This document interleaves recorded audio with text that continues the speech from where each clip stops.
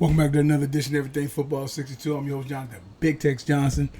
Yeah, I'm just going to hit y'all with a little something from the Cigar Lounge and whatnot tonight. I was, just a couple of things I'm going to call myself touching upon today. One of the main things I think I've been seeing is this whole Jadaveon Clowney thing about his contract and him trying to, get money, get paid and all this kind of stuff, which is fine. I don't have a problem with these guys sitting up there getting their money and whatnot. But one of the things that this is one of these things that these guys got to really overstand in this situation. In the situation, what he needs to overstand is the fact that these owners are numbers crunchers, right? It's about the numbers, right? And history and familiarity, right? One of the familiar things between Jadaveon Clowney, right, and what he has to understand, this is one of the main things. Jadaveon Clowney, hell of a talent, freak, whatever you want to call him, and all this other kind of stuff. Now, y'all, if you guys remember, I did a piece on Jevon Kerse some months ago, a while back, right, and basically how a talent like that just basically ended up flaming out, right, and him and Jadaveon Clowney. Or Jadaveon Clowney is one of the same type of players. I mean, look at it. I mean, Jadaveon Clowney, his initials is JC, Jevon Kerse, JK, right? Now, people might look at this as, where you going with this text? I'm like, JC, JK, C and K, interchangeable. Cat,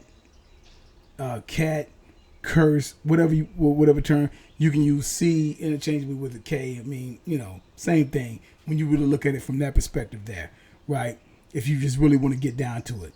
Now, one of the things that I found really interesting, and one of the things about, like I said, Jadaveon, the clown man, as I called him, is that this guy in it'd be 6 years, from 2014 when he got drafted to 2019, last year, right? He has 32 sacks. Guy's a phenomenal talent. He has everything that you ask for or want in a player, right? One of the things that Clowney does not have going for him is the fact that Clowney has played 1 year, 16 games. One time that he's played a whole complete season, 16 games. That's huge. Only 32 sacks. You're talking about somebody's averaging about 5 sacks a year. Puts pressure on the quarterback. He does all the good things, all the things that you want him to do. When you start these, like I said, these owners, and I'll talk about them later. These owners, right? These guys are numbers crunchers. They look for familiarity. They talk to each other, in the whole 9 yards, right? So you got Jevon Kerse. Jevon Kerse in his first 6 years had 55 sacks. Clowney had 32. 18, 19 difference in sacks and whatnot. Kerse, really after his first 3 years, he never had another double-digit sack year. So far, Clowney has never registered a double sack year. He's had a few touchdowns, he had some fumbles, he had some tackles for losses. He's done all that type of stuff. Ain't say warned him a payday, but these guys are looking in the long haul. If I'm going to pay this guy this particular amount of money, right? What am I doing? And they're going to compare him, right? They're going to compare him to Jevon Kerse. That's just I'm telling you what this is how this whole thing is going, and they're going to compare him to that. And so you do the numbers. So Kerse finished his career at 3 Pro Bowls, one first year one year of All Pro first team, right? Like I said, 55 sacks, 10.0. I'm sorry, 14.5, 11.5, 10.0. First 3 years in the league, then 2.0, 9.5, 7.5. Never had another year of double-digit sacks. Like I said, Clowney's never had double-digit sack season, right? But he wants astronomical bread. Now, I'm telling you what these guys, now somebody's gonna probably end up giving them the money, but I'm saying this is how these contracts start. This is how this work goes down when it comes to that with these guys, right?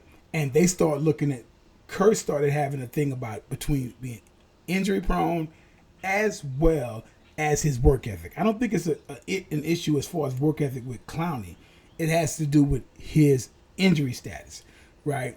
And that is why he's having these issues that he's having right now about not being able to get the cash in the way you think he'd be able to cash in. And the difference is that somebody had double-digit sacks and they fell off, and then somebody was consistent for a certain amount of time. Their stats are somewhat similar, even though, like I said, Kerse, he was playing more games, right? So that's what you got to look at. And that's why it's going the way that it's going. And, people got to realize that. So these guys are businessmen. They're businessmen. I did a part about the owners about a year ago and whatnot. And so what you have to realize is that somebody like Clowney, and they're looking and saying, well, dude, when you're out there, you're something. But you're hurt. You're inconsistent. 1 year in the league, 6 years, 1 year. And he's only played 16 games one time. That means something to these owners before they sit up there and back up the Brinks truck and give it to you, right? And unload all that bread to you. And Kerse basically just flamed out, didn't have a lot going. Go back and check the old broadcast that I did about him. And so this is what these guys got to understand and really realize and whatnot. And like I said, he's been to 3 Pro Bowls, all that. I think that was 16, 17, 18 has been his far most productive years in the league, right? Which is fine. And he causes havoc when he gets there and everything. But for them to give him the amount of money that he calls himself wanting, I'm like, this is what they're going to go back to Kerse. Don't think they don't use other players to sit up there and to compare about who's going to get this and who's going to get that. And this is the problem that he's running across right now. Both of them, one 6'4", 260, 265. The other one 6'5", 260, right?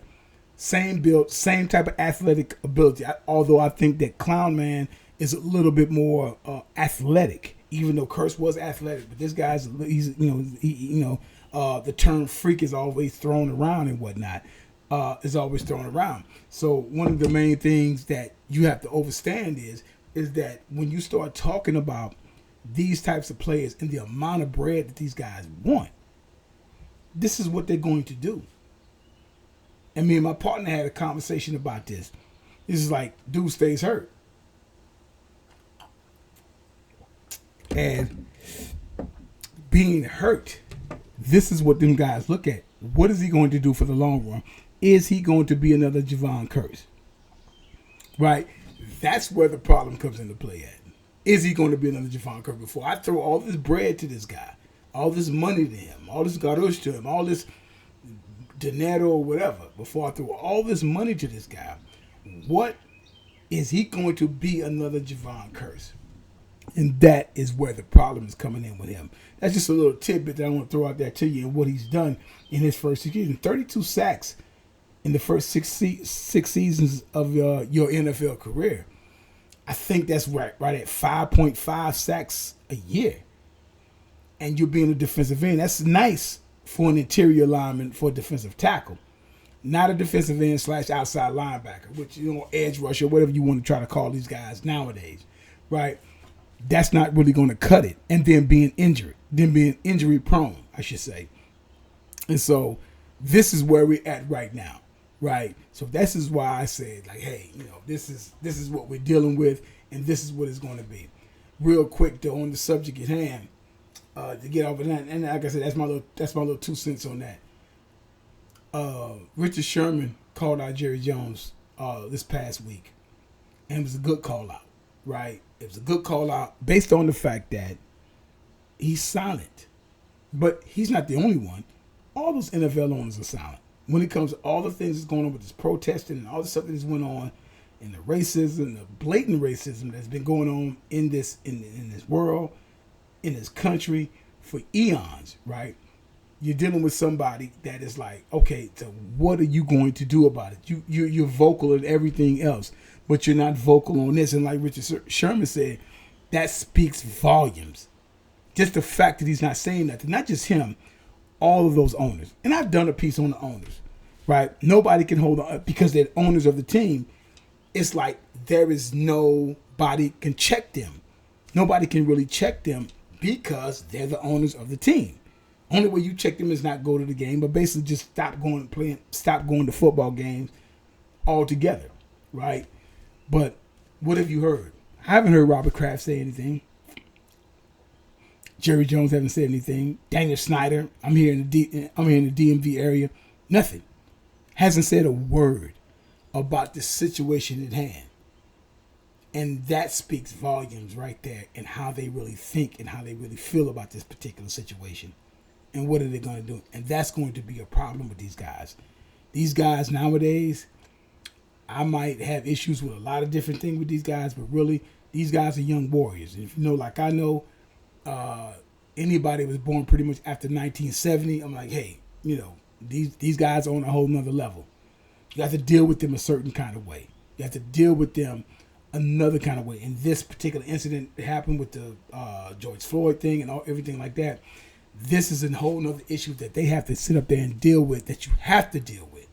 So what are you owners going to do now? What are you guys going to do? What are you going to do? From the Ford family and all them people over there in Detroit, people in Cleveland, since the Paul Brown's kid, Mike Brown, and all of them and whatnot. What are you going to do? Especially when your football players is 70 to 75% all black, right? So that's something that they're going to have to deal with. And that's just a little something I want to hit you guys with and whatnot. Just a little 2-in-1 show when it comes to that type of stuff, right? And that's real. That's just real talk. You know, you can sit up there and look at it and try to talk shit about it or whatever, but it's like in the end, the proof's in the pudding, right? And like, what are you going to do about this situation? And especially for Jerry Jones, being a Cowboys fan all my life, I mean, you look at him, it's just like, damn, you know, still hasn't signed Dak to anything. Why? And you look at this situation here. Why is Dak still? And we're just talking about the market. Like I said, how I feel about it, I'm not gonna be in no man's pockets. You know what I'm saying? If the quarterback market is set for a certain amount of bread to be made because of certain things, numbers, wins and losses and stuff like that, then somebody like Dak has to be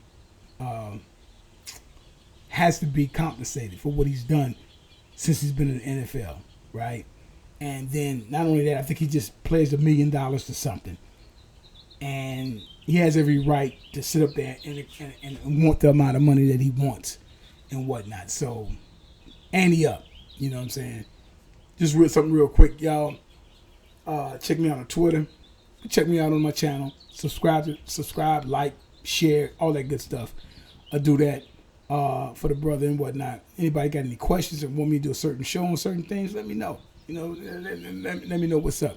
Like I said, summertime, I do be doing a lot of shows coming from the cigar lounge and whatnot, and so that you guys can sit up, you know, so we can have these discussions on these different things.